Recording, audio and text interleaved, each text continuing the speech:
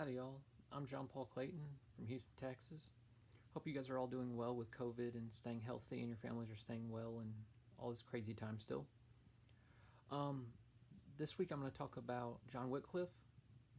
While he's a Anglican, so spiritually, theologianally, he's got a number of critical issues. Um, but taking the man in his own actions, he's actually a very brilliant man and really the first one to capitalize on media since Martin Luther, for the Protestants anyway.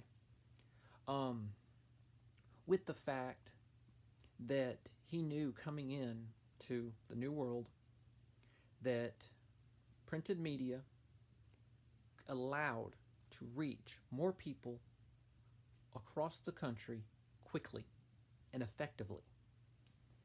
It's actually, while printing was expensive for its time, more expensive than it is today, it did allow for a cheaper trip because you could send 100 pamphlets cheaper than one person could travel to that same location, which would allow for more people to hear his message by bringing Bibles, prayer notes, sermons, journals, commentaries, a slew of educational, religious based information based on the Bible that would help fuel the Great Awakening to come. What this also allowed for was him to reach people, and the note, unlike a sermon that could be forgotten or missed, or just be one of many through someone's life, by having it printed and distributed means that piece of paper survives.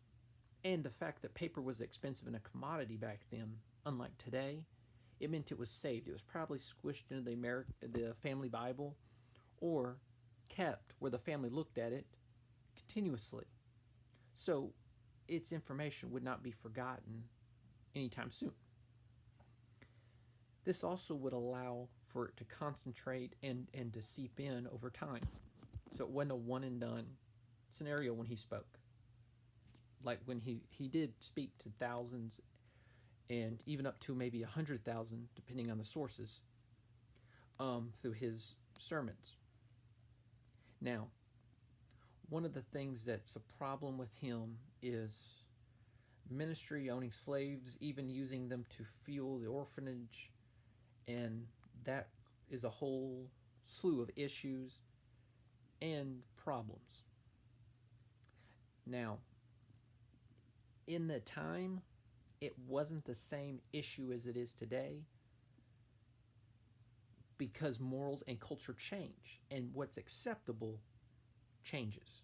At that time, the British Empire, no one had outlawed slavery.